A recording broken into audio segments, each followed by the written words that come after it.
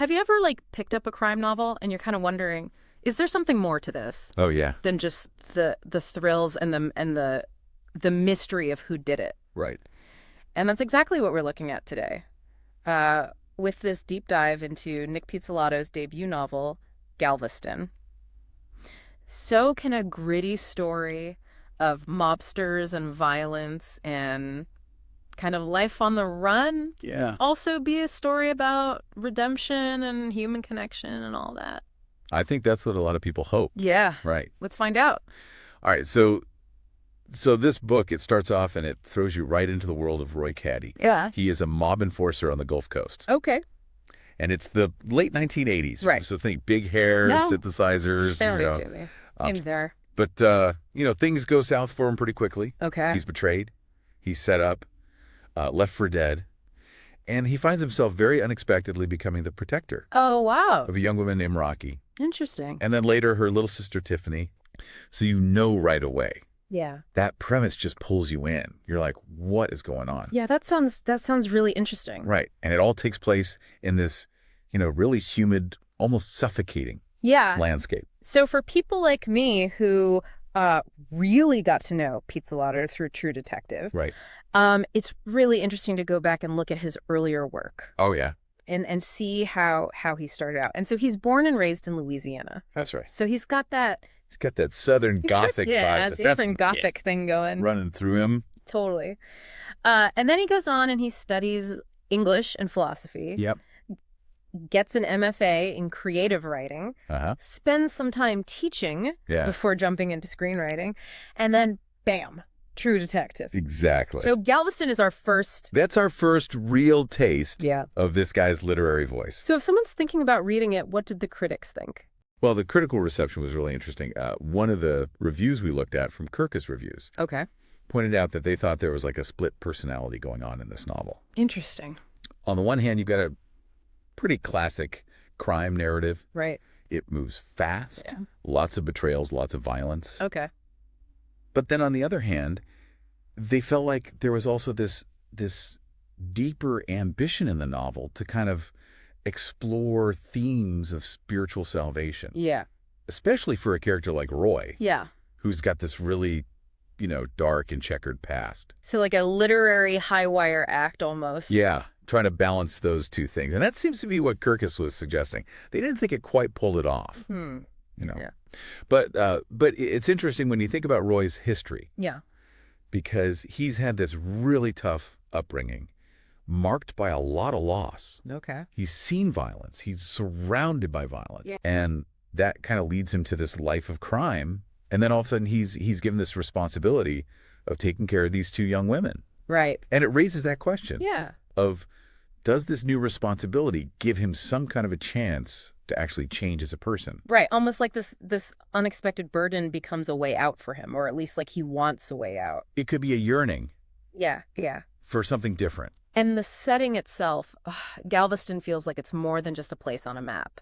Right. Feels like another character. It carries some symbolic weight, I think. Yeah. Yeah. It suggests a search for refuge, a place to escape the dangers that are, literally chasing them. Right. But it also maybe suggests a metaphorical search for redemption by the sea. Wow. So, Yeah. But despite these criticisms about the novel's kind of dual nature, Galveston had its fans right. Oh, yeah, for sure. Even with those reservations, Kirkus praised the dialogue. They said it was terrific. Terrific dialogue. Which is huge, because that's one of the things that, as a reader, can really pull you in. Oh, for sure. Is if the dialogue's really believable and sharp and you feel like you're... Yeah, you're right there in the room Yeah. with these characters. And the praise for the book didn't stop there. No. Galveston actually won a few awards. Oh, yeah. It won the Prix du Premier Roman Étranger. Wow.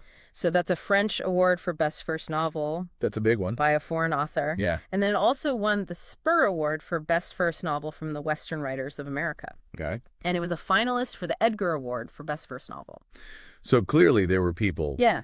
who saw something really special here. Totally. So it sounds like the book definitely had its supporters and its fans and people who really appreciated it. But For those of us who are looking to get a balanced picture, what were some of the main criticisms? Well, the one that we mentioned earlier about the novel feeling unsatisfying, because it didn't quite manage to bring together those crime elements and the deeper themes. Yeah. That was a major sticking point for Kirkus. And they also pointed out this one narrative choice. There's a time jump in the book. Okay. And it briefly shows us a future where Roy has actually survived the illness that he thinks is going to kill him. Uh-huh. And Kirkus felt like that kind of undermined some of the emotional impact of his earlier struggle with facing his own mortality. Yeah, I can see how that could be jarring as a reader, because if you've got a character who's facing their own death, Right. that creates a sense of urgency, and it gets you really emotionally invested. And then to find out, oh, actually, that's not an issue anymore. It's kind of like, wait a minute. I was with you on this journey. Yeah. What happened? And it goes back to that question, what kind of book is this? Exactly. Is it a thriller? Right. Or is it something else? Yeah, and that lack of a clear genre identity seemed to be a big problem for some of the critics. Yeah. And what about the average reader? Like, what were people on Goodreads saying about it? Well, Galveston has a rating on Goodreads of 3.12 stars out of 5. Okay. Which, as we both know, usually means there's a real mix of reactions. Yeah. And this is where things got a little strange, because one of the positive reviews that we looked at actually praised the heroine's stubbornness and spine of steel. Okay. And then they went on and on about the world building of a vast Australian outback station. Wait, Australian Outback, this book takes place on the Gulf Coast. That's what we thought. What? Yeah, it looks like somebody picked up the wrong book. Wow. So it just goes to show that, that's hilarious. it happens sometimes. Yeah. But it's funny, because even though it's the wrong book, you can kind of extract what the reader was looking for. Exactly, right? yeah. A strong female character. Yeah. Vivid sense of setting. For sure. What about the negative reviews? Well, the negative reviews we saw, a lot of them were actually also for a completely different book. No way! Yeah, this one was called Way Away. Okay. And those readers were complaining about a smug and arrogant hero, and they were really upset that the villain kind of got away with everything off screen. Right. And then another reader was complaining about a childish and immature heroine that they felt was manipulative. So even though these are for different books, it's still telling us something I think it's about what readers want out of their books. what they're looking for. Yeah. People want characters they can connect with, even if they're flawed. Yeah. And they want the story to feel like it comes to a satisfying conclusion. Right. Like they want the bad guy to get his comeuppance. Exactly. Or her comeuppance. Yeah. Okay, let's talk about the movie. Right. Because I think sometimes seeing a book adapted to film can give us like a whole other way of looking at the source material. It can. Yeah, absolutely. So Galveston was adapted into a film in 2018. Okay. Directed by Melanie Laurent. Huh? And the screenplay was credited to a guy named Jim Hammett. Okay. But that was actually a pseudonym for Nic Pizzolatto. Wow. So he used a fake name. So there's a story there. That's what I'm thinking. Why would he do that?